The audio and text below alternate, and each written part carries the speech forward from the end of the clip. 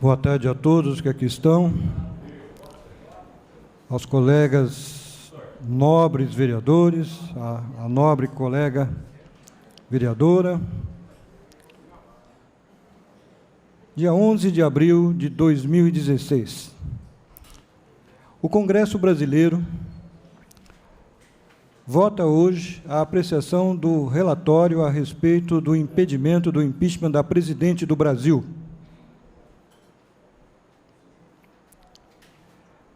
O argumento favorável ao impeachment é que ela cometeu uma infração grave do ponto de vista do gasto do dinheiro público. Ela falseou informações para gastar mais. Tecnicamente, o tribunal já havia declarado a ilegalidade do seu procedimento. Agora, politicamente, o relator atesta a veracidade do laudo técnico. E teremos, a seguir, a apreciação do Congresso, provavelmente no dia 17, acerca do impedimento do impeachment da nossa presidente. E depois vai para o Senado e, se aprovado, a presidente deixará de exercer o seu cargo. Este é o Brasil de hoje. Mas aí vejam na linha sucessória o que nós temos.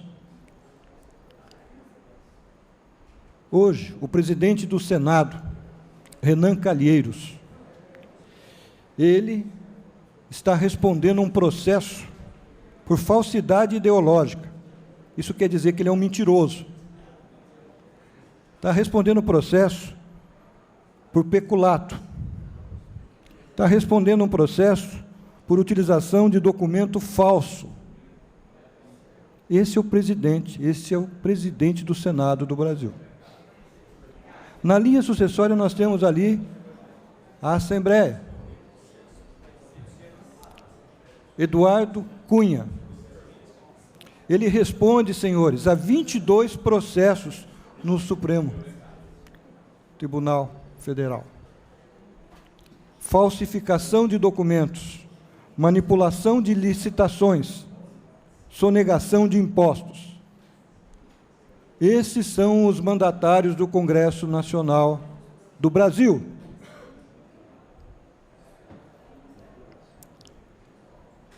Mais de 50% dos deputados federais respondem a processo.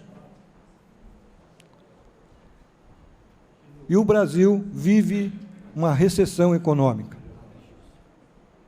A culpa é do povo? Não. A culpa é da classe política. Em extensão, do povo, porque foi quem escolheu os políticos que lá estão.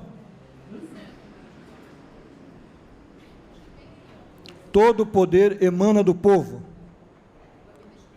Esta Casa de Vereadores, a Assembleia Estadual, a Assembleia Federal, o Senado refletem o povo brasileiro, porque é uma escolha democrática dos mesmos.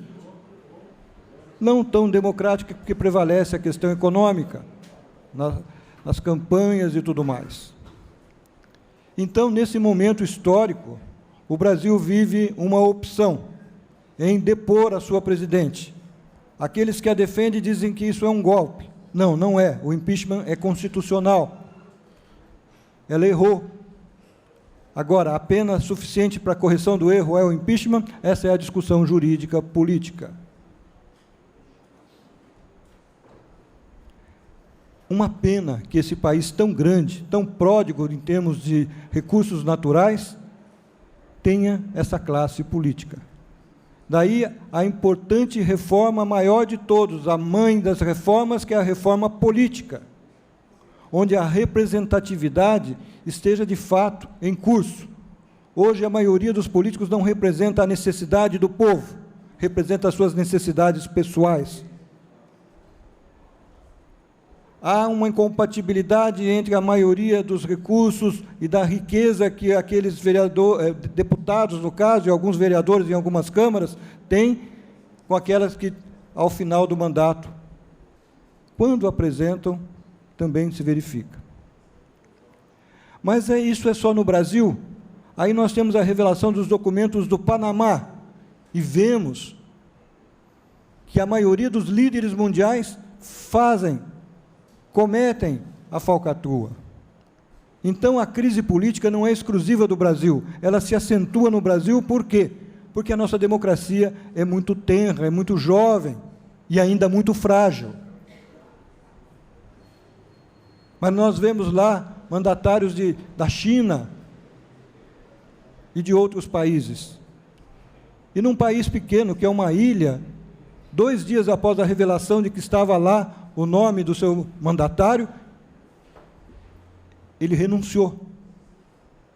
Porque lá a ética é outra.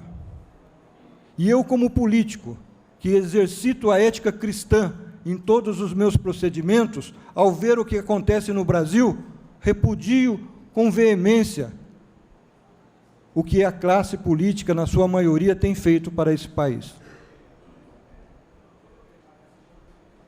Que haja uma renovação de conteúdo, que haja uma renovação de discurso que não esteja distanciado da prática e da biografia de quem enuncia o que vai fazer. Veja o que ele já fez. Veja a distância que existe entre as palavras e o discurso e a prática de vida. Há de se resgatar a política como uma das atividades mais nobres, tanto é que nos chamamos aqui de nobre. Sim, há nobreza em representar a necessidade do outro.